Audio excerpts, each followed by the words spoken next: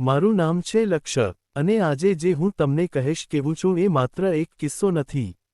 એ છે મારું અનુભવ. વડોદરા રેલવે સ્ટેશન પર એ રાતે જે બન્યું, એ વાત આજે પણ હું ભૂલી શકતો નથી.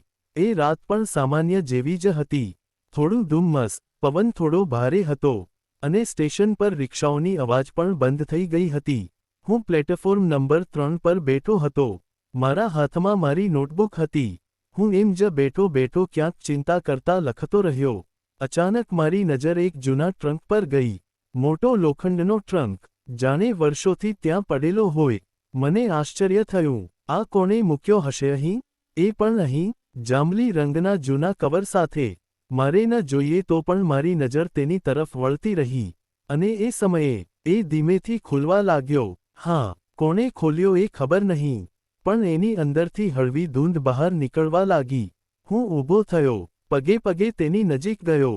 પણ મારા પગ નીચે, કોઈ અજાણ્યો છાયો ઊભો થયો. હું ગભરાઈ ગયો, જરા પણ હલ્યો નહીં. પછી, મેં પાછળ જોઈ, એક છોકરી ઊભી હતી, સફેદ કપડાં, ખંભા જેવી શાંત આંખો, અવાજ વગર હળવી સ્મિત. મારું દિલ ધબકતું. મેં પૂછ્યું, કોણ છો તમે? પણ એ હતી, એની આંખો મારી આંખોમાં, જાણે કેટલાય 20 વર્ષ જૂની ભીડ બતાવે છે.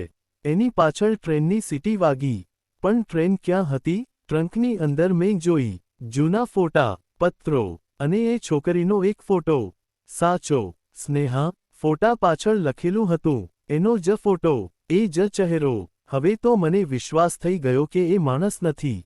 એ અસ્તિત્વ છે, પણ જીવંત નહીં. એ છોકરી મારી તરફ આગળ વધી. હું પાછળ ખસવા લાગ્યો. મારી પાસે કોઈ રસ્તો નહોતો. પ્લેટફોર્મ પર લાઇટ થથરાવા લાગી. બધું અંધારું થયું. ફરી આંખ ખોલી, તો હું ટ્રેનના ડબ્બામાં હતો. અંદર કોઈ નહોતું. બેસાડીઓ ધૂળથી ભરેલી હતી. એ છોકરી સામે આવીને મારી સામે બેઠી. એને જોઈને મારા શરીરનું લોહી ઠંડુ પડી ગયું.